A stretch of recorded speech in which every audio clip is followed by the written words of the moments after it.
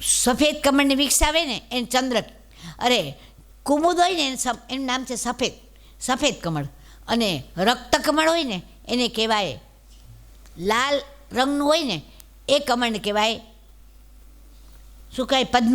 પદ્મ કહેવાય. ભગવાન જે ધારણ કરે છે એ પદ્મને ધારણ કરે છે, રક્તકમળ છે એ. આપણી જે લક્ષ્મી છે એને પદ્મા કહ્યું છે, પદ્મ ઉપર એ સ્થિત છે. માટે તો ચંદ્ર એ સફેદ કમળને વિકસાવે, સૂર્ય એ રક્તકમળને વિકસાવે, જલધર એટલે વાદળાઓ એ પાણી આપે ન માગીએ તોય. આમ સંત હંમેશા બીજાના હિતમાં જ મગ્ન હોય, બીજાનું હિત કરવામાં જ મગ્ન હોય. મંદાક્રાંતા છંદ. હવે તમે કહેશો કે આ ક્યાં આડી વાત આવી, પણ દરેક છંદનો ખ્યાલ આવે.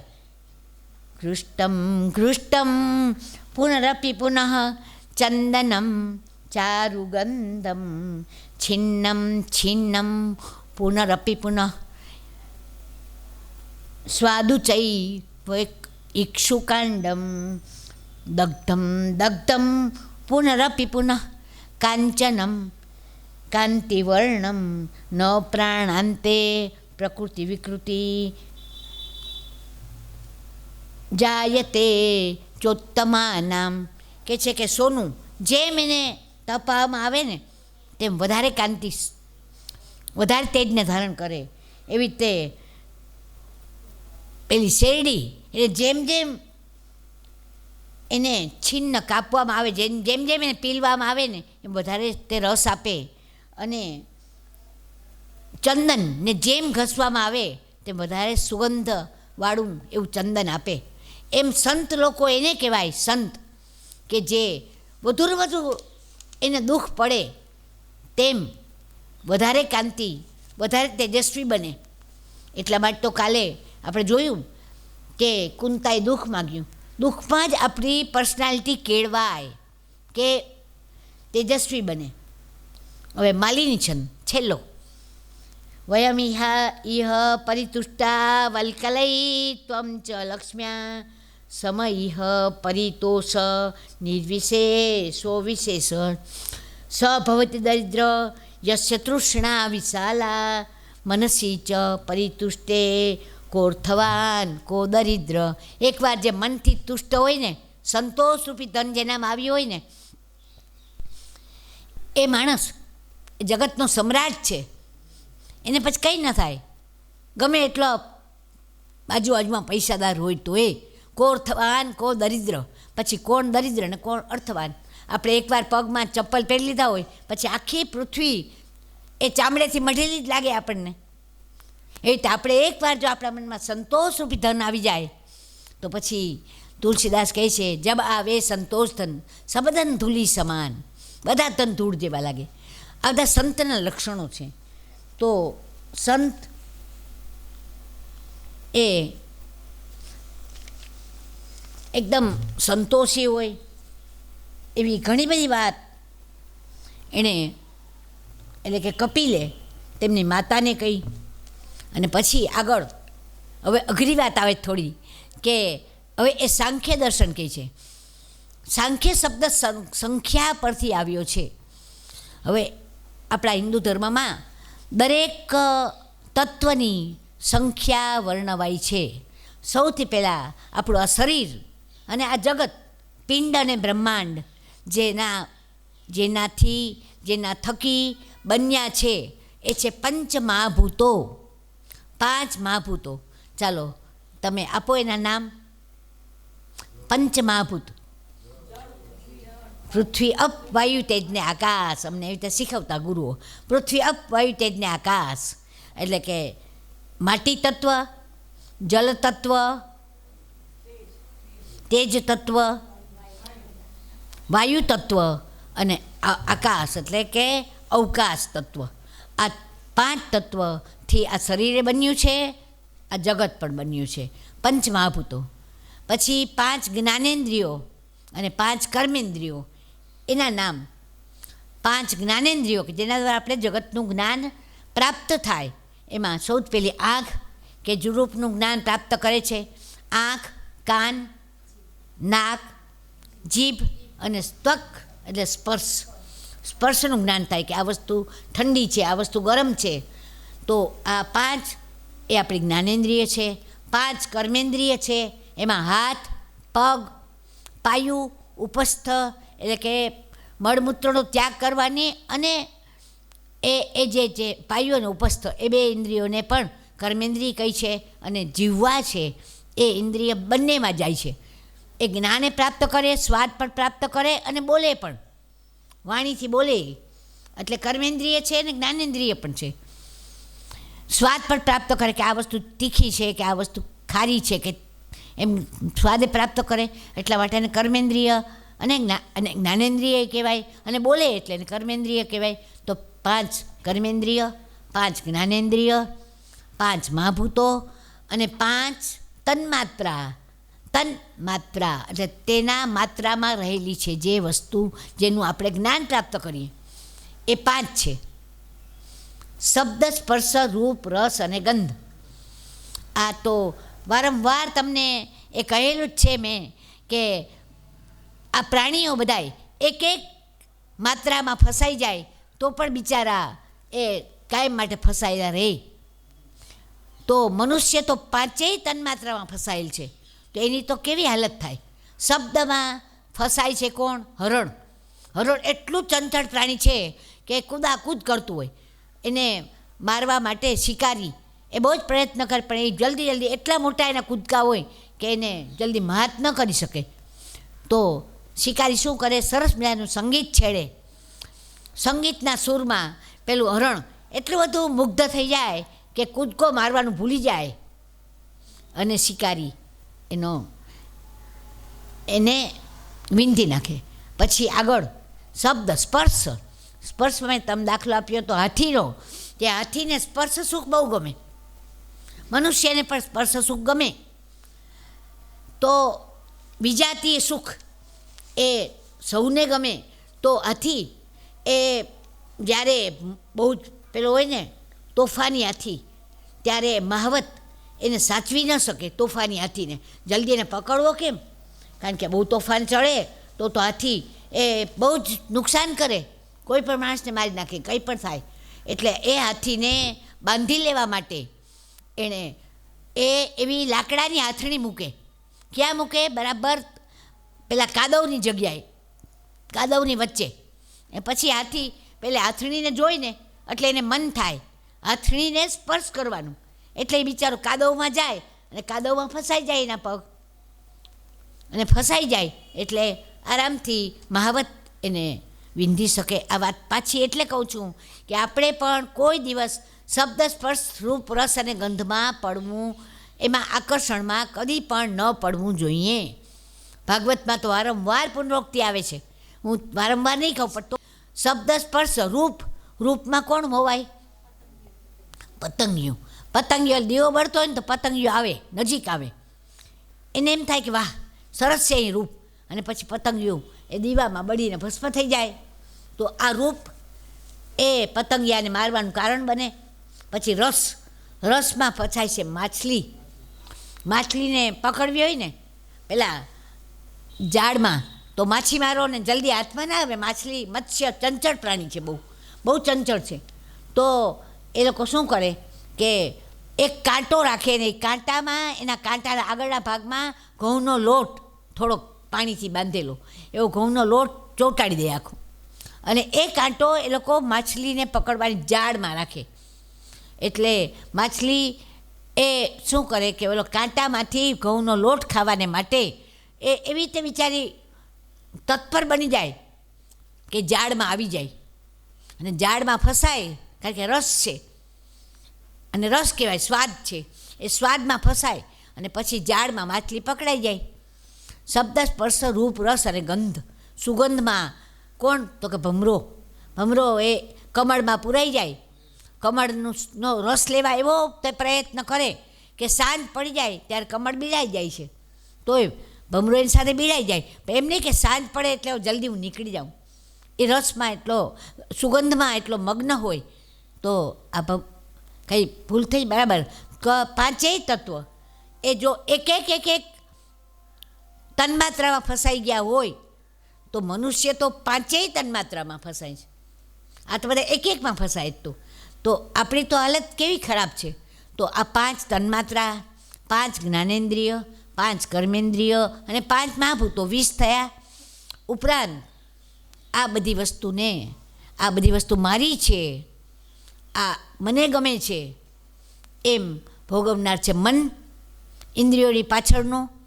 અને મન એની પાછળ છે અહંકાર, કે આ મારું છે, મમત્વ આવે. આ હાથણી મારી છે, આ દીવો મારો છે એમ મમત્વ જાગે આ પદાર્થોમાં, તો એ છે અહંકાર.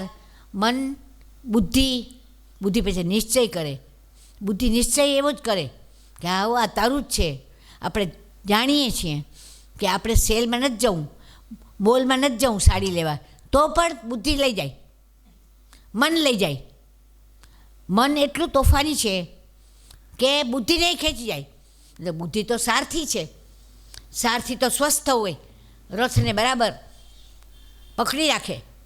પણ મનરૂપી લગામ, એ ઇન્દ્રિયો રૂપી ઘોડા એવા તોફાની હોય કે મનરૂપી લગામને ખેંચે, સાથે બુદ્ધિને ખેંચી જાય અને એ રથ આપણો ખાડામાં પડી જાય. તો મન, બુદ્ધિ, અહંકાર અને ચિત્ત એટલે સ્વસ્થ નિર્વિચાર અવસ્થા માણસની, અંતઃકરણનો આ બધા 4 લક્ષણ છે. તો કે એ ચિત્ત પણ આપણું ક્યાં સ્વસ્થ છે? ખરેખર તો મનને ચિત્ત બનાવી નાખવું જોઈએ સમાધિથી, યોગ દર્શનથી. યોગી થઈને આપણે નિર્વિચાર અવસ્થા પ્રાપ્ત કરવી જોઈએ. સમાધિ એટલે શું છે? સમાધિ એટલે બીજું કંઈ નથી, નિર્વિચાર, મનની નિર્વિચાર અવસ્થા. એવું નથી કે ભગવાનને આપણે યાદ કરીએ, પછી ભગવાનને યાદ કરીને આપણે સમાધિ લગાવી જુદી વાત છે, એમ પણ લગાવી શકાય. આપણે કહે છે યોગ દર્શનમાં કે એક ભીતમાં માત્ર ટપકું કરો ને ટપકાવા તમારું મન કેન્દ્રિત કરો ધીમે ધીમે, તો આ એક યોગ છે. તો આ એક ચિત્તને, મનને કેન્દ્રિત કરવા માટેની આ બહુ સરસ મજાની તાલીમ છે. બ્રહ્માકુમારીવાળા એ બતાવે છે કે આમ એક નાનકડું બિંદુ હોય, એ બિંદુમાં મનને પરવી રાખવું. આપણે ત્યાં ઓમ એ શું છે? ઓમમાં તમે મનને પરવી રાખો, યોગીઓ કહે જ છે ને.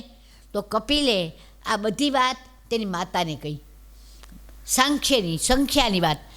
5 તન્માત્રા, 5 જ્ઞાનેન્દ્રિય, 5 કર્મેન્દ્રિય, 5 મહાભૂતો એટલે 20 એ થયા, અને 4 અંતઃકરણ એટલે 24. અને એની ઉપરનો આ 24માં પ્રકૃતિ આવી ગઈ. અને 25મો છે પુરુષ.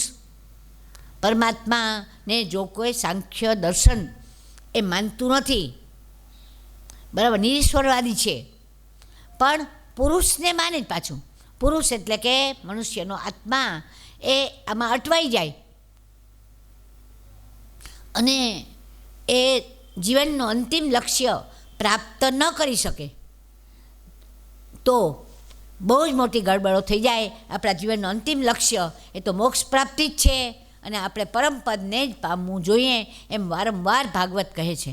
તો કપિલ મુનિએ આ બધું જ્ઞાન આપ્યું માને, અને કપિલ ગીતા પણ કહેવામાં આવે છે. કપિલ ગીતા બહુ સરસ વાત છે કે આ કપિલ ગીતા એનું રોજ પારાયણ કરવું જોઈએ. આ શ્લોકો રોજ વાંચવા જોઈએ. કે સિદ્ધા નામ કપિલો, હું સિદ્ધોમાં કપિલ છું, એમ ભગવદ્ ગીતામાં પણ કહ્યું છે ભગવાને. તો આ સાથે આપણે કપિલ ગીતાની વાત પૂરી કરીએ, અને દ્વિતીય સ્કંદની વાત અહીંયા પૂરી થાય છે. દ્વિતીય સ્કંદનું વાંગ્મય પુષ્પ એ ભગવાનના ચરણમાં ધરીને હવે આપણે ત્રીજા સ્કંદની વાત કરીએ. તો આપણે ગઈકાલે તો એ વાત થોડીક તો શરૂ કરી હતી કે નથી કરી કોકિલાબેન? જિજ્ઞાસુ શિષ્ય, જિજ્ઞાસુ શ્રોતા. તો પરીક્ષિત આખ્યાનની વાત થોડીક કરી હતી, ત્રીજા સ્કંદમાં આવે છે પરીક્ષિત આખ્યાન. કે પરીક્ષિતનો જન્મ થયો, યુધિષ્ઠિર એ બહુ બધે મીઠાઈ વેચી આનંદમાં આવી ગયા, અને પછી પરીક્ષિત 30 વર્ષના થયા ત્યારે એને ગાદી રાજ્ય કારભાર સોંપીને પતે ચાલ્યા ગયા સ્વર્ગારોહણ કરવા. એ બધી વાત આપણે કરી. પછી એ પરીક્ષિત એ શિકાર કરવા ગયા એ વાતે કરી, અને એણે સ્પર્શ થયો કળિયુગનો, અને એની બુદ્ધિ બગડી, જરાસંઘનો મુગટ પહેર્યો, એને શમીક ઋષિના પેલા ગળામાં સાપ વીંટાડી દીધો અને એના દીકરા શૃંગીએ તેને શાપ આપ્યો. આ વાત પણ આપણે કરી. એટલે પરીક્ષિતની વાત આપણે બધી કરી અને તેથી પરીક્ષિત આવ્યો ગંગા કિનારે, એ વાત કરી. અને પછી જન્મેજયે એણે પ્રયત્ન કર્યો તો એને ના પાડી કે મારે મારું કલ્યાણ કરવું છે, મારે તો ભાગવતની કથા સાંભળવી છે. માણસ અંતકાળ નજીક આવે તો દરેકે પોતાનું કલ્યાણ શેમાં થાય એ જ વિચાર કરવો જોઈએ. એ વાત આપણે ગઈકાલે કરી. કરદન દેહૂતિની વાત પણ કરી, કપિલની વાત સોરી, આ તો ત્રીજો સ્કંદ, એટલે ત્રીજા સ્કંદની વાત પૂરી કરી આપણે. બીજો સ્કંદ તો આપણે ક્યારનો પૂરો કર્યો છે કાલે, ત્રીજા સ્કંદની વાત પૂરી. હવે આપણે ચતુર્થ સ્કંદમાં પ્રવેશ કરીએ છીએ. તો ચતુર્થ સ્કંદ એટલે કે ભગવાનનો ડાબો બાહુ છે, વિસર્ગ લીલા છે એમ કહેવામાં આવ્યું છે. શ્રીનાથજી બાબાના એક એક સ્કંદ, એક એક અંગ કયા છે એને. તો ચતુર્થ સ્કંદ એ ભગવાનનો શ્રીનાથજી બાબાનું એ ડાબો બાહુ છે.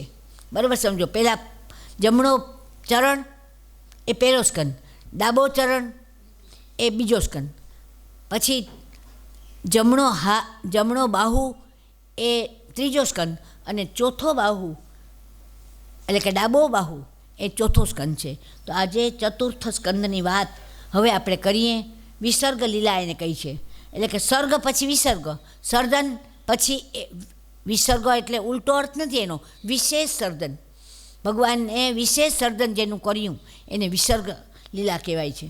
એમાં વાત આવે છે સૌથી પહેલી દક્ષ પ્રજાપતિની, પછી આવશે ધ્રુવાખ્યાન જે બધા જાણે છે એ ધ્રુવની વાત, થોડીક વેનની વાત આવશે, વેન રાજાની વાત, નાસ્તિક દર્શનની વાત, પછી આવશે પૃથુની વાત, પૃથુ રાજા એની વાત આવશે. અને એમ કરીને આ સ્કંદ એ આગળ વધશે. તો હવે સૌથી પહેલી દક્ષ પ્રજાપતિની વાત, ચતુર્થ સ્કંદની શરૂઆત થાય છે. દક્ષ પ્રજાપતિ, કોઈ પણ વ્યક્તિ જ્યારે અહંકાર રાખે મનમાં, તો એ અહંકાર એ કેટલો બધો વિનાશ સર્જે છે. એ વાત દક્ષ પ્રજાપતિના પ્રસંગમાં મુખ્ય છે. ભાગવતમાં તો વારંવાર આવે છે કે પરમાત્મા તત્વ તમારે પ્રાપ્ત કરવું હોય તો સૌથી પહેલાં માત્ર ભગવાનની સ્તુતિ કરવાથી કે ભગવાનની પ્રાર્થના કરવાથી પરમાત્મા પદ નહીં મળે. જ્ઞાન માર્ગ, કર્મ માર્ગ, ભક્તિ માર્ગ, યોગ માર્ગ, આ બધા માર્ગને અપનાવશું તો પણ ભગવાન પ્રાપ્ત નહીં થાય. કેમ? તો કે સતત કર્મ માર્ગ કરીએ તો વેઠિયા થઈ જાય, સતત કામ કર્યા જ કરીએ. સતત ભક્તિ માર્ગ કરીએ તો વેવલા થઈ જાય. સતત જ્ઞાન માર્ગ અપનાવીએ તો પણ સતત વેદ્યા થઈ જાય. આ બધા પર એક વિવેક જ્ઞાન એ જરૂરી છે. તો વિવેક જ્ઞાન એટલે શું? તો કે અહંકારમાંથી સંપૂર્ણ બહાર નીકળી જવું, અહંકારનો સંપૂર્ણ વિનાશ કરવો. મેં તમને નાશ અને વિનાશ બે શબ્દ કયા છે. નાશ એટલે માત્ર નાશ, અને વિનાશ એટલે વિશેષ રૂપે નાશ, કે ફરી પાછો કદી પણ ન થાય એને વિનાશ કહેવાય. ડૉક્ટરની પાસે આપણે દવા લેવા જઈએ તો આપણે ડૉક્ટર એવી રીતે તાવ ઉતારી દે કે પાછો તાવ ના આવે એની ગેરંટી ના આપે. એકવાર તો ઉતારી દે પેન કિલરથી કે ઇન્જેક્શનથી કે ભારે, પણ પાછો તાવ આવવાનો જ છે. પણ ભગવાન જ્યારે કોઈ વસ્તુનો વિનાશ કરે, પરિત્રાણાય સાધુના વિનાશાય ચ દુષ્કૃતામ, દુષ્ટ લોકોનો વિનાશ એટલે મૂળથી, જળ મૂળથી નાશ કરવો, એ કાયમ માટે નાશ કરી નાખે. તો અહંકારને આપણે ભાગવત કથા સાંભળતા હોઈએ ત્યાં સુધી વિચારીએ કે ના હવે મારે ખોટું મિથ્યાભિમાન રાખવું જ નથી, હવે અભિમાનનો મારે નાશ કરવો છે. પરીક્ષિતને વિમાન આવ્યું તો મારે માટે વિમાન ના આવે તો કંઈ નહીં, પણ વિમાન શબ્દનો અર્થ વિગત માન યસ્ય સહ, જેમાંથી માન અપમાન બધું ચાલ્યું ગયું હોય એવા અમે બની જઈએ. કોઈ થૂકે તોય કાંઈ વાંધો નહીં, કોઈ માન આપે તોય કંઈ વાંધો નહીં, કોઈ સરસ ખાવાનું આપે તોય વાંધો નહીં, કોઈ સરસ ખાવાનું ના આપે તોય વાંધો નહીં. મીરાબાઈએ કહ્યું હતું ને, રામ રાખે તેમ રહીએ ઓધવજી, રામ રાખે તેમ રહીએ, આપણે ચિઠ્ઠીના ચાકર છઈએ ઓધવજી, રામ રાખે તેમ રહીએ. તો ચિઠ્ઠીના ચાકર એટલે શું? ચાલો, બહુ જ હોશિયાર શિષ્યો એ જવાબ આપશે, ચિઠ્ઠીના ચાકર એટલે શું? બોલો.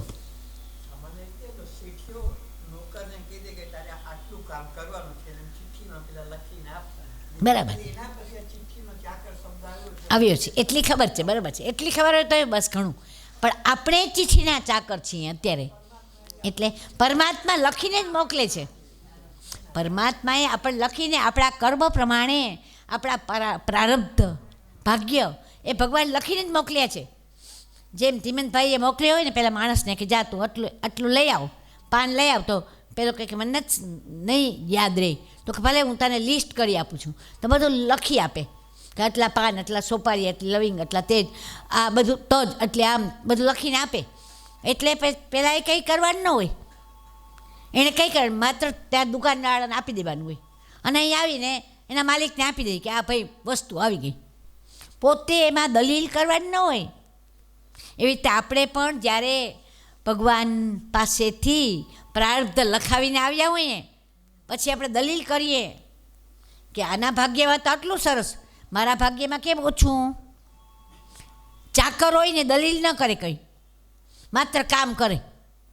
એમ આપણે કોઈ પણ અભાવની દલીલ કરવાની જ નથી, કારણ કે પરમાત્માના આપણે ચાકર છીએ. મીરાબાઈ એમ કહે છે કે આપણે ચિઠ્ઠીના ચાકર છીએ ઉદ્ધવજી. એક દિન જમવા ને શીરો ને પૂરી, એક દિન ભૂખ્યા રહીએ ઓધવજી, રામ રાખે તેમ રહીએ. જે હોય તે, એક દિવસ ન મળે ખાવાનું તો ઓલા જે હોય ને વડીલ ઘરના એકદમ ક્રોધમાં આવી જાય, ગુસ્સામાં આવી જાય કે આજ આ વસ્તુ કેમ નથી બની, આટલું થવું જ જોઈએ, તમને ખબર છે કે મને આ વસ્તુ જોઈએ જ છીએ, તો આ કેમ નથી મારા ભાણામાં? નો, આવી દલીલ કરવાની જ ન હોય. હશે, ફાવશે, ચાલશે, જે છે ને વૃદ્ધત્વના બધા આ શબ્દો છે, મોટા થઈએ એમ બધું જ ચાલશે, બધું જ ફાવશે, બધું જ ગમશે, આ શબ્દો યાદ રાખવા જેવા છે. તો વાત આપણે એ કરતા હતા કે દક્ષ પ્રજાપતિ એણે એટલો અહંકાર રાખ્યો કે એના યજ્ઞનો વિધ્વંસ થઈ ગયો, આખો નાશ થઈ ગયો એના યજ્ઞનો. ક્રિયા દક્ષ ક્રતુપતિ હતી સ તનુભૃતામ. પછી ખબર છે, ઋષિણામ આર્ત્વીજ્યમ શરણદ સદા સદસ્યા સુરગણા ત્વતઃ ક્રતુભ્રંસસ ક્રતુફલ વિધાન વ્યસનિન ધ્રુવમ કર્તુ શ્રદ્ધા વિધુરમ અભિચારા હૈમખા. શિવમહિમીનો શ્લોક છે આ, કે ક્રિયા દક્ષ એટલે ચતુર. એ ચતુર હોય ને જે માણસ, એ યજ્ઞ કરાવવામાં ચતુર છે. અત્યારે એણે ચતુરાઈ શું વાપરી, બધાય જાણો છો આ વાર્તા, કે એક વખત જ્યારે પ્રજાપતિઓની સભા હતી ત્યારે એ દક્ષ પ્રજાપતિને પણ ત્યાં આમંત્રણ આપવામાં આવ્યું, તો ગયા હતા ત્યાં. ત્યારે શિવ પણ હતા અને બ્રહ્મા પણ હતા. છતાં બ્રહ્મા અને શિવ એ બે ઊભા ન થયા અને એને માન ના આપ્યું. શિવ પોતાની સમાધિમાં હશે અથવા તો જાણી જોઈને એ ઊભા ન થયા, કારણ કે એને એક વખત દક્ષ પ્રજાપતિએ એની દીકરી સતી આપી છે એને. તો જ્યારે આપણે જમાઈને કન્યાદાન કરીએ ત્યારે એના પગ ધોઈએ, પગ ધોઈને પૂજીએ એને, એટલે એને પૂજ્ય ગણીએ. તો પૂજ્ય વ્યક્તિ હોય એ પાછો થોડું કંઈ આપણે પગે લાગે, પૂજ્ય જ ગણાય. જમાઈને આપણે ના પાડીએ કે ભાઈ પગે નહીં લાગજો, કાંઈ તું મારું પૂજ્ય છે. તો શિવ પૂજ્ય છે માટે પગે નથી લાગતા કે સમાધિમાં છે પણ પગે લાગતા નથી. કોને? દક્ષને. અને બ્રહ્મા તો એના પિતા છે તો ઠીક છે કે પગે ન લાગે, કારણ કે બધા માનસ પુત્રો સર્જ્યા ને એમાં એણે સર્જન કર્યું છે એનું, એટલે પિતા હોય પગે ન લાગે ઠીક છે, પણ એને અપમાન લાગ્યું એટલે એમ થયું કે હવે તો હું એવો યજ્ઞ કરું કે એમાં શિવને નોતરું ના આપું. કોઈ દિવસ કોઈ પણ સત્કર્મ, કોઈ પણ ધાર્મિક કાર્ય, કોઈ પણ યજ્ઞ કે કાંઈ પણ આપણે દાન ધર્મ કાંઈ પણ કરીએ ને એ કોઈ પણ હેતુથી નહીં કરવો જોઈએ. એની પાછળ કોઈ હેતુ હોય ને તો એ સત્કર્મ ફળે નહીં, આપણું એ સફળ ન થાય. અહીંયા એણે ક્રિયા દક્ષ ક્રતુ અધિપતિ તનુભૃતામ બધા જ ઋષિઓ અને બધા જ ત્યાં બધા આવી ગયા છે, ત્યાં પેલા ગોર ગુરુઓ, પણ છતાંય ત્વત ક્રતુભ્રંશસ, છતાંય તમે હે શિવ તમારા એ યજ્ઞનો ધ્વંસ કરી નાખ્યો. યજ્ઞને ને તમે તો કેવા છો ક્રતુફળ દાને પ્રતિભોમ, તમે તો ક્રતુ એટલે કે યજ્ઞનું ફળ આપવા માટે એકદમ તમે તત્પર હો, છતાંય અત્યારે યજ્ઞનો તમે ધ્વંસ કર્યો.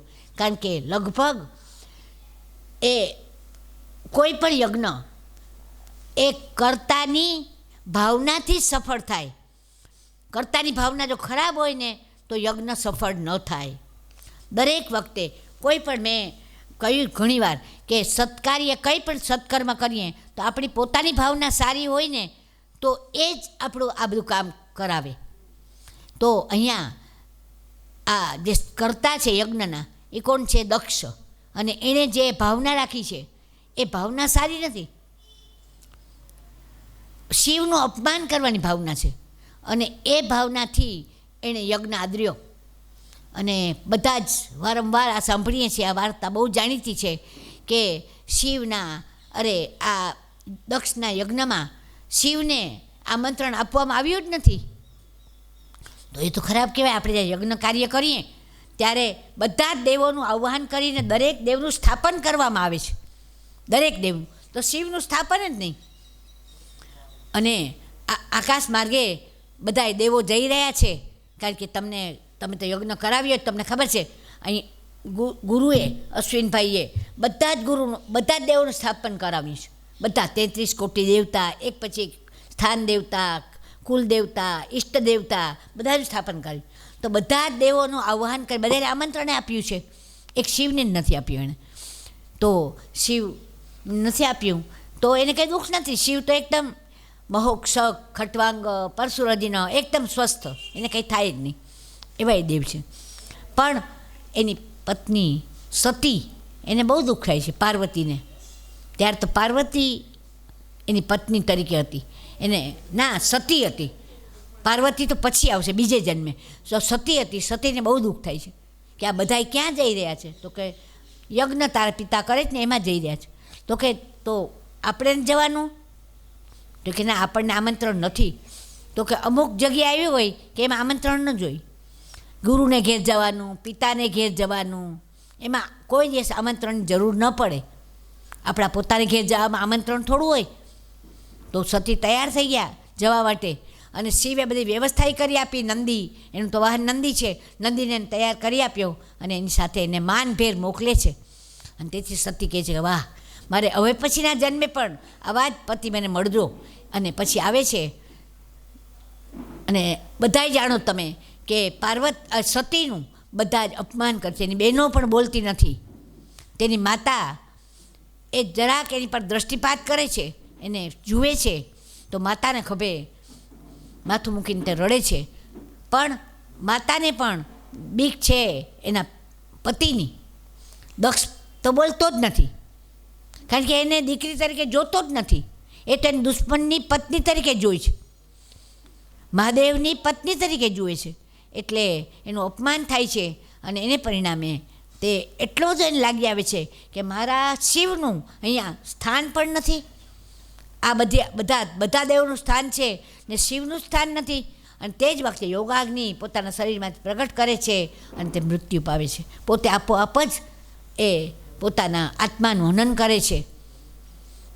અને પછી આ વાત જ્યારે શિવને ખબર પડે છે ત્યારે શિવને એટલો બધો એને દુઃખ થાય છે કે એણે તે જ વખતે તાંડવ કરીને પોતાની જટા પછાડે છે અને એમાંથી વીરભદ્ર ઉત્પન્ન થાય છે અને વીરભદ્રને મોકલે છે કે તમે આ દક્ષ પ્રજાપતિના યજ્ઞનું તમે હનન કરી આવો, હણી નાખો, તે યજ્ઞ ધ્વંસ કરી નાખો. અને વીરભદ્ર ત્યાં આવે છે. વીરભદ્ર બહુ જ ગુસ્સામાં છે, કારણ કે એ તમે બધા જાણો છો, છતાંય આ વાતના અનુસંધાન લેવા માટે મારે કહેવી પડે છે વાત. તો વીરભદ્ર આવે છે અને ત્યાં જે કોઈ દેવો છે ને, પહેલાં તો ઋષિને જ પટમાં લે છે. ભૃગુ ઋષિ તો ભાગે છે જોઈને. ભૃગુ ઋષિને કે એમ ન ચાલે, એની દાઢી ખેંચીને એ નાખી દે છે પહેલાંમાં યજ્ઞમાં. પછી દક્ષ પ્રજાપતિ એને તો મસ્તક જ ધડથી કાપી નાખશે અને મસ્તક જ પધરાવી દે છે. બધા જ એક એક ઋષિઓનું એક જ્યાં ત્યાં, કારણ કે એ લોકો હોશિયાર હતા પાછા. જ્યારે દક્ષએ શિવનું અપમાન કર્યું હતું ને પહેલાં, બહુ પહેલાં, એટલે કે પ્રજાપતિના પેલા સભામાં, ત્યારે ભૃગુ વગેરે બ્રાહ્મણો બધાય ઋષિઓ, એટલે વાત નંદીને બહુ ગુસ્સો આવી ગયો. નંદી કહે કે જાઓ તમે યાચક બની જશો કાયમ માટે. ને આપણે જાણીએ છીએ કે બ્રાહ્મણ એટલે યાચક. અત્યારે પણ નંદીના શાપથી આપણે યાચક બની ગયા છીએ, એ અને લક્ષ્મીના શાપથી. બબ્બે શાપ લાગ્યા છે આપણને. જે લોકોએ ભૂમિ છોડી અને કર્મ માર્ગ અપનાવ્યો હોય એ કદાચ યાચક ન પણ હોય, છતાંય મોટે ભાગે આપણી બ્રાહ્મણ વૃત્તિ એ જતી નથી. ક્યાંક ને ક્યાંક કોઈ એમ કહે કે ભૂદેવ તમે પધારજો અમારે ઘરે, તો આપણે જઈએ અને કંઈ ને કંઈ, ભલે પછી સંસ્થાની મદદ હોય ને તોય સંસ્થા માટે પણ લઈ આવીએ યાચના કરીને, ભલે સંસ્થાની હોય તોય. અને પાછું જોવાનું એ છે કે સંસ્થાનો ને માટે જ્યારે લેવા જઈએ ને ત્યારે એ આપનારો હોય ને, જે આપણો દાતા, એ પછી ગમે તેવો હોય ચાલે. પછી એનું ધન ક્યાંથી આવે છે એ નથી જોતા આપણે. અહીંયા એ ક્યાં જોવામાં આવે છે? આપણા મંદિરોમાં કે આપણા તીર્થધામોમાં દાતા આવે અને જરાક વધુ પૈસા આપી દે તો આપણે તરત જ એને સ્વીકારી લઈએ છીએ, કારણ કે આપણે તો યાચક છીએ જ, જન્મજાત યાચક છીએ. દ્વારકામાં એ કહ્યું જ છે, દ્વારકાનાથે જ સ્વીકાર્યું છે આ વાત કે તમે યાચક બનશો, તમે માગશો. માગતા નથી છતાંય આપણે સ્વમાનથી જ રહીએ છીએ બધા, પણ છતાંય બધા આપે છે એ સ્વીકારી લઈએ છીએ, એટલા પૂરતા યાચક છીએ, હાથ નથી લંબાવતા. તો આ બ્રાહ્મણો એ તે વખતે હોશિયાર હતા. શિવની જ્યારે અપમાન શિવનું થયું ને ત્યારે દક્ષ દ્વારા, તો અહીંયા વીરભદ્રએ તો એટલો બધો બ્રાહ્મણનો અપમાન કરી નાખ્યું કે છે તમારી દાઢી જ ખેંચીને નાખી દઉં હું પહેલાંમાં આ યજ્ઞમાં. એ કંઈ કહી નથી શકતા. નંદી પણ બહુ જ ગુસ્સે થઈ જાય છે.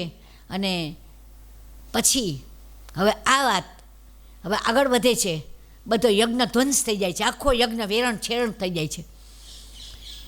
નહીં તો ત્વતઃ ક્રતુ ભ્રંશસ કેટલું સર છે કે તમે હે શિવ, તમે તો બહુ જ આપનારા, ક્રતુના એટલે કે ક્રતુ એટલે યજ્ઞનું ફળ આપવામાં તમે માહેર, જલ્દી યજ્ઞનું ફળ આપવાનું તમને શોખ છે, છતાંય તમે યજ્ઞને ધ્વંસ કરી નાખ્યો. કારણ કે ખરેખર તો યજ્ઞનું ફળ પ્રાપ્ત કરવામાં કર્તાની ભાવના જ કામ કરે છે. માટે કર્તાની ભાવના દક્ષની બરાબર નહોતી, માટે આવું થયું.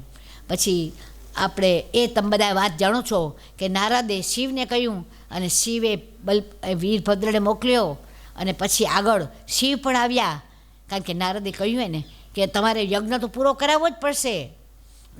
ને શિવ સાક્ષાત પધાર્યા અને ફરીથી આ યજ્ઞમાં એ જ્યારે દક્ષએ એનું મસ્તક તો કપાઈ ગયું હતું, એના મસ્તક પર પેલું બકરીનું માથું મૂકવામાં આવ્યું ને શિવ દ્વારા, ત્યારે ફરી પાછો એ બે કરીને આપણે શું કામ શિવ મંદિરોમાં ઘંટ વગાડીએ છીએ ને બે અવાજો કરીએ છીએ, એ કદાચ કોઈને હોય ખબર ન હોય તો ફરીથી કહું છું કે એણે ફરીથી દક્ષએ એ સ્તુતિ કરી, બમ બમ બોલે ભોલે, એમ આપણે કહીએ છીએ ને મંદિરમાં જઈને બમ બમ બોલે એવી રીતે વાત કરીએ, તો એ દક્ષ પ્રજાપતિની આ પ્રાર્થના છે કે હે ભોળાનાથ શિવ, હવે તું મને માફ કરી દે. દક્ષએ માફી માગી અને શિવે ફરી પાછું આ યજ્ઞ કાર્ય બધું સંભાળી લીધું. પણ સતી જીવિત થતા નથી. સતી તો હવે યોગાગ્નિમાં પ્રજ્વલિત થઈ ગયા છે. પણ બીજે જન્મે હવે તે પાર્વતી રૂપે આવશે. હિમાલયને ત્યાં જન્મ એનો ધારણ થશે અને પછી શિવ પત્ની બનશે. આ બધી ઘણી બધી વાતો, અને એમાં આ ભાગવતમાં જ આવે છે બધી વાતો કે પાર્વતી એ હિમાલયમાં તપ કરવા જાય છે અને ફરી પાછા મને શિવ જ પતિ તરીકે મળે એને માટે એ બહુ જ કઠિન તપ કરે છે. તો એનું નામ અપર્ણા પાડવામાં આવે છે. આપણે ઘણી છોકરીનું નામ અપર્ણા પાડતો. અપર્ણાનો અર્થ ખબર છે? અપર્ણા, પર્ણ એટલે પાંદડું. ધીમે ધીમે તપ કરતાં કરતાં પાંદડું પણ લેવાનું જેણે છોડી દીધું એવી એ પાર્વતી એટલે અપર્ણા પાર્વતીનો અર્થ છે. તો એ એટલું તપ કરે છે, પછી સાક્ષાત શિવ જ આવે છે એની પરીક્ષા કરવા કે તું કોને માટે તપ કરે છે. આવા માણસ માટે કે જેને રહેવાના ઠેકાણા નહીં, જેના રૂપના ઠેકાણા નહીં, જે શરીરે અંગે ભસ્મ ચોડે છે સ્મશાનની, અંગે ભસ્મ સ્મશાનની ચોળી સદાયે ચોરી કર્યું સધર્યું તો આપો દયા કરી દર્શન શિવ આપો. શંભુ ચરણે પડી માગું ઘડી બે ઘડી કષ્ટ કાપો એ દયા કરી શિવ દર્શન આપો. તો અહીંયા બહુ જ એ નિંદા કરે છે. શિવ એ પોતાનું સ્વરૂપ બદલીને પાર્વતીની પરીક્ષા કરવા માટે બાળ બ્રહ્મચારી રૂપે આવે છે. કાલિદાસ તો એમ લખ્યું છે કુમાર સંભવમાં. અને શિવની ખૂબ નિંદા કરે છે. ત્યારે પાર્વતી જેણે આટલું જ તપ કર્યું છે, એનું તપ કેવું છે એનું વર્ણન આવે છે. પંચાગ્નિ તપ કર્યું. તપ કેવી રીતે કરાય? તો પંચાગ્નિ તપ ઉનાળામાં. પંચાગ્નિ એટલે તો કે એક તો ઉનાળો, ભર એવો ઉનાળો તપતો હોય સૂર્ય ઉપર, ત્યારે પાંચમો સૂર્ય ને ચાર બાજુ અગ્નિ, એવું એણે તપ કર્યું. એને કહેવાય પંચાગ્નિ તપ. પછી શિયાળામાં કડકડતી ઠંડીમાં બહુ જ ઓછા વસ્ત્રો પહેરીને પેલી બરફની પાટ પર સૂઈ રહેવાનું તપ, બરફની શિલા પર. કેટલું મોટું તપ હશે પાર્વતીનું. આપણે થોડીક ઠંડી હોય ને તો સહન ન કરી શકીએ, જલ્દી શાલ ને સ્વેટર બધું લઈ લે, એમ થાય ના ના ઠંડી સહન ન થાય. આ વખતે બહુ ઠંડી છે જામનગરમાં, એમ આપણે કહેતા હોઈએ. તો આ પાર્વતીએ પોતાના પતિને પામવા કેટલું તપ કર્યું છે. અને વરસાદમાં પણ એ ચાતકની જેમ પોતાનું ખુલ્લું મોં રાખીને એ વરસાદના ટીપાને એ ચાતકની જેમ પીએ છે. ચાતક નામનું એક પક્ષી એવું છે કે વરસાદનું જ પાણી પીએ. 12 મહિના એ એકદમ કોઈ પાણી બીજું પાણી ગ્રહણ જ ન કરે ચાતક પક્ષી. તો ચાતકની જેમ એ ઉપર જોઈને આ ગ્રહણ કરે છે વરસાદના ટીપા. આવી આ પત્ની. અને એટલા માટે તો કન્યાઓ જ્યારે સારો પતિ મેળવવાનો હોય તો પાર્વતીનું વ્રત કરવામાં આવે છે. આપણે ત્યાં કન્યાઓ કે સૌભાગ્યવતી સ્ત્રીઓ પાર્વતીનું શું કામ, કોઈ આટલી બધી દેવીઓ છે તો પાર્વતીને જ શું કામ આપણે પૂજીએ? કારણ કે પાર્વતી એવા દેવી છે કે જે પતિને એ એટલા બધા ચાહે છે કે આટલું પતિને પુનઃ પ્રાપ્ત કરવા માટે એણે આટલું મોટું તપ કર્યું. તો પતિને પ્રાપ્ત કરવા માટે જેણે આટલું તપ કર્યું, અને પેલો બાળ બ્રહ્મચારી એટલા બધા અવગુણ બોલે છે, એટલું બધું ખરાબ બોલે છે શિવનું, કે સ્મશાનમાં જેનું ઘર છે, જેને નથી કોઈ વાહન, પેલો પોઠિયો તેનું વાહન, મૃગચર્મ એનું બેસવાનું સ્થાન, આવા પતિને માટે તું સ્મશાનમાં રહેવાનું, ત્યાંના પેલા મરદાઓની ભસ્મ એ શરીર પર ચોડવાની, પેલો ખોપરીનો વાટકો લઈને ચારે બાજુ ભિક્ષાટન કરવાનું. આવા શિવને તું શા માટે પતિ તરીકે ઈચ્છે છે? ત્યારે એ કહે છે કે તમને શિવની કૃપા, તેની મહત્તા એની તને ખબર નથી ને બાળક, એટલા માટે તો આવી વાત કરે છે. ને પછી કુમાર સંભવમાં આવે છે કે આપણા પ્રિય પાત્રની નિંદા કરવી નહીં, પણ કોઈને સાંભળવી ને એ પણ એક દોષ ગણાય. અને પર્વતરાજ સ્તનયા ન એવ ન તસ્થવ, બહુ સરસ કહે છે એમાં કાલિદાસે. એમાં તો હાથ ધોઈ નાખ્યા છે કંઈ આપણે, કે તે જ વખતે શિવ એ બાળ બ્રહ્મચારીમાંથી શિવ રૂપે પ્રગટ થાય છે. અને જેવા એ શિવ રૂપે પ્રગટ થાય છે ત્યારે પર્વતરાજ તનયા એટલે કે પાર્વતી, પર્વતની દીકરી પાર્વતી ન એવું ન તસ્થવ, એટલે કે આગળ ન ગઈ અને ઊભી ન રહી, તો પછી ક્યાં ગઈ? તો કે શિવના બાહુમાં સમાઈ ગઈ. આ સાથે એ રીતે કુમાર સંભવમાં એનું બહુ સુંદર વર્ણન છે. તો પાર્વતીએ તપ કર્યું, એના પરિણામે ફરી પાછા શિવ એને પ્રાપ્ત થયા. ને આમ તો દેવોની પણ ઈચ્છા હતી કે શિવ પાર્વતીના લગ્ન થાય અને પુનઃ જો એને ત્યાં બાળક આવે કાર્તિકેય, અને એ અમારો જો પેલો આગળ મહારથી બને તો જ અમે તારકાસુરનો વધ કરી શકીએ. અને એટલા માટે તમે એ બધી વાત જાણો છો કે તે પછી શિવ પાર્વતીને લગ્ન થાય છે. અને લગ્નમાં પણ શિવ તો એવા ને એવા પેલા સર્પના ઘરેણા, મૃગચર્મ અને બળદ ઉપર જાય છે. બધા દેવો પણ આગા પાછા થઈ જાય છે કે આની જાનમાં અમે જઈએ. વાત કહેવાની એટલી જ છે, એ વાત બહુ જાણીતી છે. વાત એટલી કહેવાની છે કે જે લોકોને સૌંદર્ય હોય ને, આંતરિક સૌંદર્ય, એટલે બહારની કોઈ વસ્તુની જરૂર પડતી નથી. આપણે હંમેશા આંતરિક સૌંદર્ય જ પ્રાપ્ત કરવા પ્રયત્ન કરવો જોઈએ. એને બદલે અત્યારે બાહ્ય સૌંદર્યના સાધનો વધતા જ જાય. મેકઅપના તો અનેક પ્રકારના સાધન, લિપસ્ટિક તો કે અનેક પ્રકારના શેડ, પેલા સેન્ડલ પહેરવા હોય તો અનેક પ્રકારના સેન્ડલ, પર્સ તો કે અનેક પ્રકારની બધી વેરાયટીઓ વધતી જાય છે.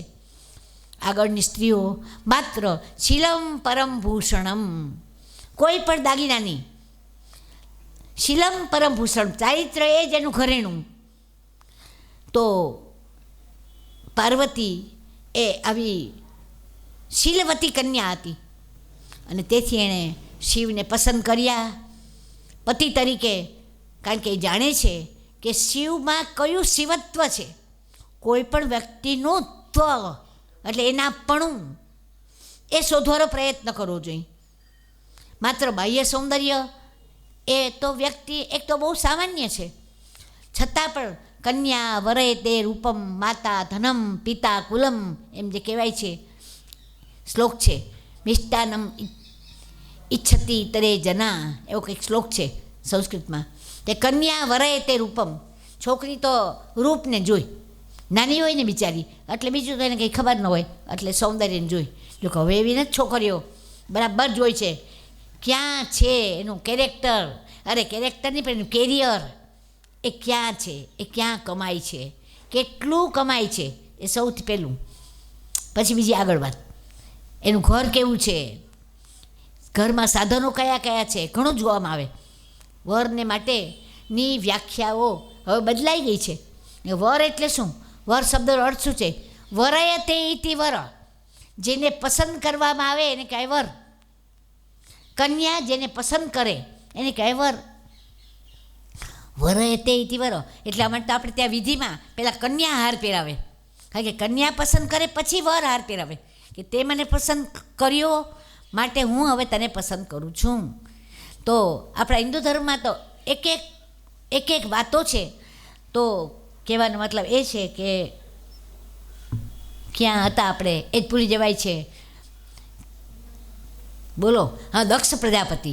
તો દક્ષ પ્રજાપતિનો હેતુ સારો નહોતો આ યજ્ઞ કરવા માટે, અને તેથી એના આ યજ્ઞની હાલત બહુ થઈ ગઈ ખરાબ રીતે. શિવ દ્વારા તેને ધ્વંસ કરવામાં આવ્યો એ યજ્ઞને, પણ પાછળથી એને માફ કરવામાં આવ્યા. ટૂંકમાં એના મૂળ કારણ હતું અહંકાર, કે મને કેમ માન ના આપ્યું શિવે. જમાઈ હોય તેથી શું થઈ ગયું, માન તો આપવું પડે ને. દરેક વખતે જગતના કોઈ પણ પ્રશ્નના મૂળમાં આપણે જો શોધીએ ને તો અહંકાર એ હંમેશા નડતો હોય છે. એક વખત જો અહંકારને દૂર કરવામાં આવે ને, તુલસીદાસે પણ કહ્યું છે, કો અસ જન્મા જગ માહી પ્રભુતા પાઈ જાહી મદ નાહી. એવો તો કોઈ માણસ નથી કે સત્તા મળી ગઈ હોય અને અહંકાર ના આવે. એવી કોઈ વ્યક્તિ જ હજુ સુધી નથી જન્મી ગઈ છે. સત્તા એક વખત હાથમાં આવે એટલે થોડોક અહંકાર આવી જ જાય કે આઈ એમ, હું કોણ, આઈ એમ સમથિંગ, હું કંઈક છું.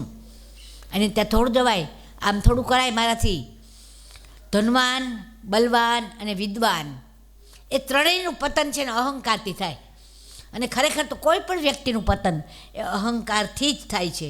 માટે અને એ અહંકારનો નાશ કરવા માટેના જો દેવ હોય ને તો એ છે શિવ. મૃત્યુંજય દેવ કહે છે કે મૃત્યુ થાય એટલે બધું જ આપણે સર્વસ્વનો નાશ થઈ જાય એટલે અહંકારનો નાશ થાય ને.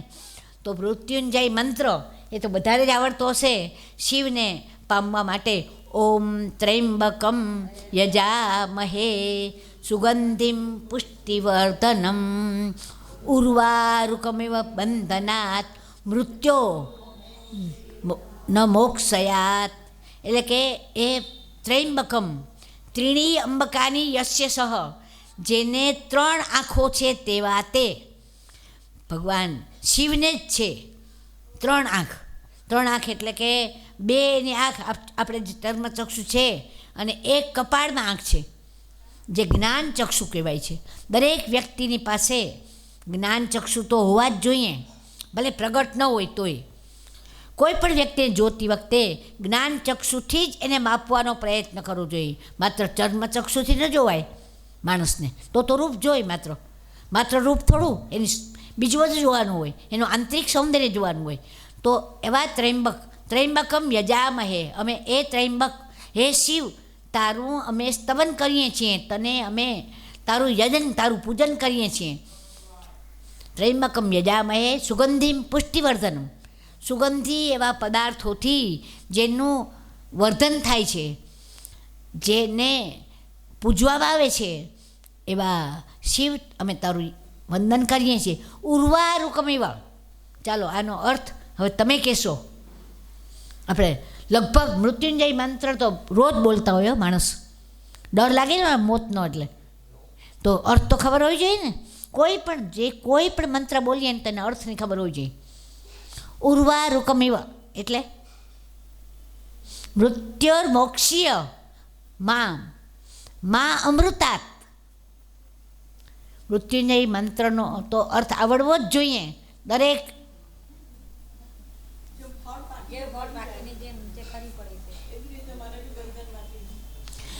પાકેલું એવું ચીભડું વેલમાં થાય ને, જે વેલમાં એ બહુ વજનદાર હોય વેલમાં. એટલે ભગવાન એવી રીતે રચના જ જોઈએ ઈશ્વરની કેવી છે. ઝાડમાં ન કરે.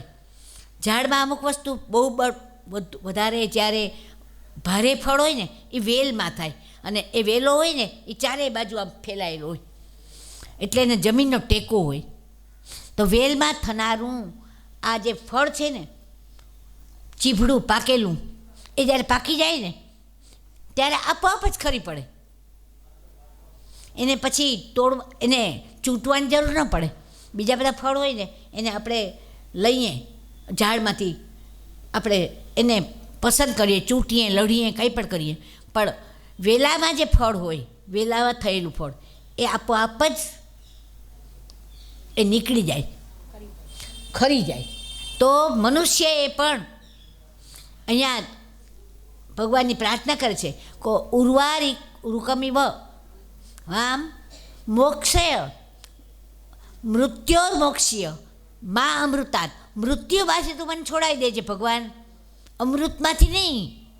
અમૃત તત્વ અમરતામાંથી નહીં છોડાવવાના, પણ મૃત્યુમાંથી મને છોડાવજે.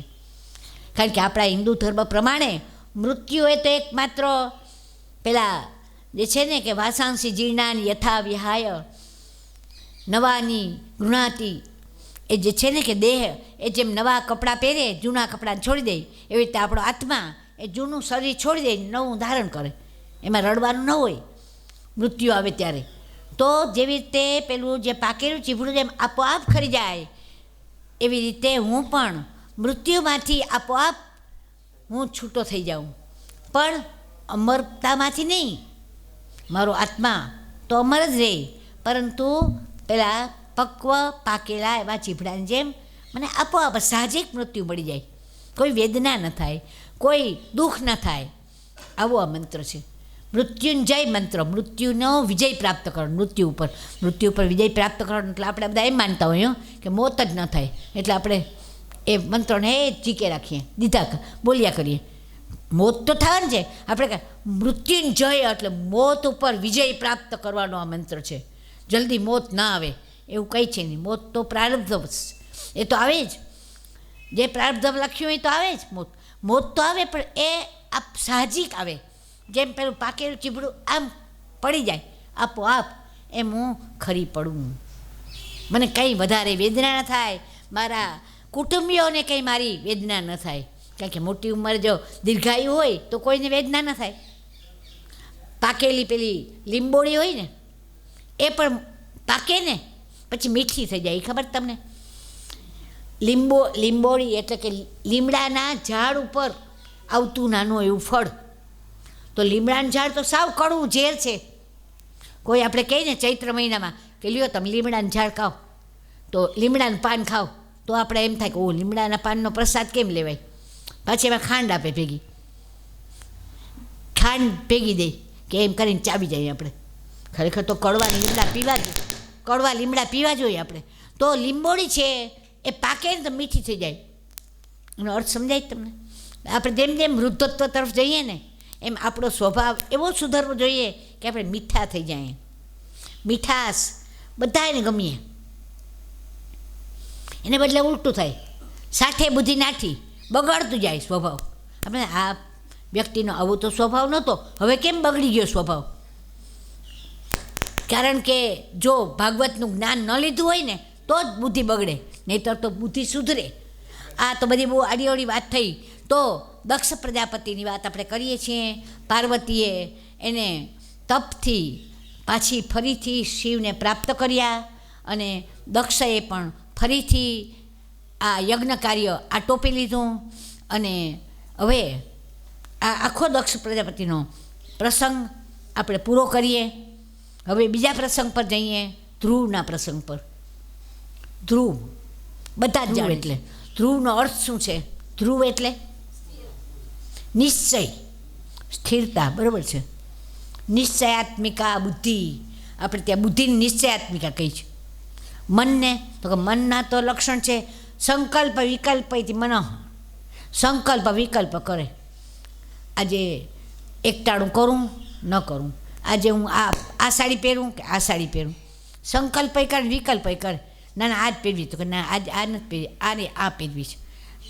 આમે જાય ને આમે જાય. મન છે ને એ મરકટ જેવું છે, આમથી આમ ડોલાયમાન થયા કરે.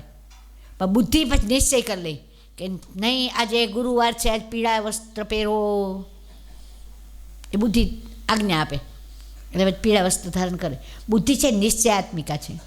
તો ધ્રુવ એ નિશ્ચયાત્મિક પાત્ર છે, નિશ્ચયનો માણસ છે. નિશ્ચયના મહેલમાં વસે મારો વાલમો, દયારામે લખ્યું છે આ કાવ્ય. વૈષ્ણવ હોય ને એની બુદ્ધિ હંમેશા નિશ્ચયવાળી હોવી જોઈએ. શું કામ? કારણ કે બધું એણે પરમાત્માને ચરણે સોંપ્યું હોય કે પરમાત્મા જે કરશે એ ખરું. પછી વૈષ્ણવ એ સંકલ્પ વિકલ્પ ન કરે, ગડબડો ન કરે.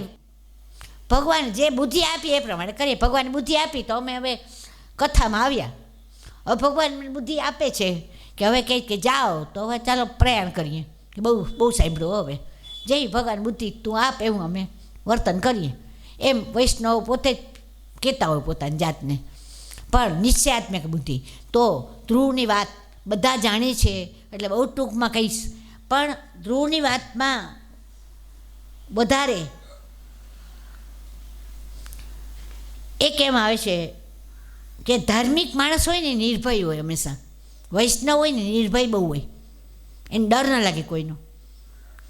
આ તો નાનો બાળક છે, 5 જ વર્ષની ઉંમર છે ધ્રુવની. એને ત્યાં 2 માતાઓ છે. આખી આપણે વાત જો સમજીએ ફરીથી ભાગવતની તો બ્રહ્માના પુત્રો પછી મનુ અને શત્રુપા બીજા બધા માનસ પુત્ર નથી ગણતા. મનુના શત્રુપાના પાછા 5 બાળકો. એમાં હવે આપણે ઉતાનપાદની વાત પર જઈએ છીએ. કરદમ દેહુતિની વાત પૂરી થઈ, પછી આહુતિની વાત પૂરી થઈ, પ્રસૂતિની વાત હવે આગળ આવશે ધીમે ધીમે, પ્રિયવ્રતની વાત હવે આવશે, અને ઉતાનપાદની વાત. ઉતાનપાદ નામે એક રાજા હતો અને એને 2 રાણીઓ હતી, સુનીતિ અને સુરુચિ. બધા એને ખબર હોય આ વાત. પણ એનામાં વાત શું છે, કહેવા શું માગે છે કે આપણા જીવનમાં પણ દરેક વખતે 2 માર્ગ હોય છે. એક શ્રેય માર્ગ અને એક પ્રેય માર્ગ. પ્રેય માર્ગ એટલે જે આપણને બહુ જ ગમે, આનંદ આવે આપણને એ માર્ગ અપનાવવાથી, પણ જેમાં આપણું કંઈ ભલું ન થાય એને કહેવાય પ્રેય માર્ગ. અને શ્રેય માર્ગમાં આપણું કલ્યાણ થાય પણ એ અપનાવવો કઠિન છે એને કહેવાય શ્રેય માર્ગ. કઠોપનિષદની આ વાત છે અને એ બેઝ પર આપણે આ વાત કરીએ છીએ. અહીંયા કથા ચાલતી હોય, બાજુમાં થિયેટર હોય, તેમ થાય પિક્ચર જોવા જઈએ કે કથા સાંભળવા જઈએ. છોકરો કહેવાય કથા તો રોજની છે, 12-13 દિવસની કથા છે, તો પિક્ચર જોવા હાલ ને તું, કાંઈ વાંધો નહીં, પછી જવાય છે હવે કથામાં. તો પછી એનો અર્થ એ થયો કે આપણે પ્રેય માર્ગને અપનાવ્યો, શ્રેય માર્ગને નહીં. પણ જે વૈષ્ણવ હોય, ધ્રુવ જેવા, ધ્રુવને વૈષ્ણવ કહ્યું છે, ધ્રુવ, પ્રહલાદ, બલિરાજા, એ બધા પુષ્ટિમાર્ગમાં આવે છે, એને વૈષ્ણવ કયા છે. એ આવશે આગળ શા માટે. તો એ લોકો તો કંઈ નહીં નક્કી. સુનીતિ એ ધ્રુવની માતા છે અને એણે તો હંમેશા કહ્યું છે કે બસ શ્રેય જ માર્ગ અપનાવવો, ગમે તે તકલીફ પડે તો હોય, પ્રેય માર્ગ નહીં. બાળક હોય તો બાળક કહે કે અમે હવે રમવા જઈએ કે ભણીએ, તો કે નહીં બેટા ભણવું જ જોઈએ. સારી માં હોય, સંસ્કારી માતા હોય, ડાહી માં હોય તો એ માં હંમેશા બાળકને ભણવા જ બેસાડે. પણ જરાક દયાળુમાં હોય તો કે બેટા કાંઈ વાંધો, જરાક વાર તું રમી આવ પછી ભણજે. માં છે ને હંમેશા દ્રષ્ટિ આપે. માનું આપણી ભારતીય સંસ્કૃતિમાં બહુમૂલ્ય છે. ઘણી વાતો લખાઈ છે માને માટે. જનનીની જોડ સખી નહીં જડે રે લોલ, મીઠા મધુર મીઠા મેહુલા રે લોલ, એથી મીઠી તે મોરી માતરે, જનનીની જોડ સખી નહીં જડે રે લોલ. કેટલાક બધા કવિઓએ કેટલું બધું લખ્યું છે માતાને માટે. બોટાદકર તો શું લખ્યું, મોડી ખબર પડી તમારા પડોશી હતા બોટાદકર, પાર્લા વેસ્ટમાં રહેતા હતા. એ તમારી શેરી આખી સરસ્વતી શેરી હતી. સુંદરજી બેટાઈ, બોટાદકર, એ બધા ત્યાં થયેલા છે. અમૃતલાલ યાજ્ઞિક વારંવાર ત્યાં આવતા. તો કેટલીક ભૂમિનોય પ્રતાપ હોય છે. તો આ બોટાદકરે કાવ્ય લખ્યું જ્યોતિધામ, બહુ સરસ લખ્યું. મેં ગ્રંથોના જીવનપથના સૂચનો ખોડી જોયા, મંદિરોના પથ્થર પૂતળા ખૂબ ઢંઢોળી જોયા. ચારે બાજુએ કંઈક પામવાને માટે પ્રયત્ન કરે છે કે અહીંયા મળે. ગ્રંથો વાંચ્યા, પૂતળા એટલે ભગવાનની સેવા કરી, ઘણું કર્યું. છતાં પણ એને એમ થાય છે કે કંઈક મને જે જોઈએ છે ને પ્રકાશનું કિરણ એ મળતું નથી. એની બા એના બાળકના આ પ્રયત્નને જોઈ રહી છે મૂંગે મોઢે કે આ ગળમથલ કરે છે મારો દીકરો. તો પછી ધીમે ધીમે બાળકને ખબર પડે છે કે મોડી ખબર પડી બા તું જ છે જ્યોતિધામ. ખરેખર પ્રકાશનું ધામ હોય ને તો માત્ર તું છે. આપણા શાંતિનું સ્થાન, આપણા જ્ઞાનનું સ્થાન, આપણે દ્રષ્ટિ સાચી બતાવનાર હોય ને તો એક માત્ર માં છે. અહીંયા મહાભારતના આપણા મહાભારત કે ભાગવત કે ભારતીય સંસ્કૃતિના કોઈ પણ ગ્રંથોમાં આપણે જોઈએ કે આ બધા ભક્તો એ આટલા સરસ થયા, એનું કારણ તેની માતાનો પ્રતાપ છે. અત્યારે આપણે વ્યાસપીઠ પર બેસીને પુષ્પાબેનને યાદ કરીએ કે એણે આટલા સંસ્કારોનું જ્યાં સિંચન કર્યું,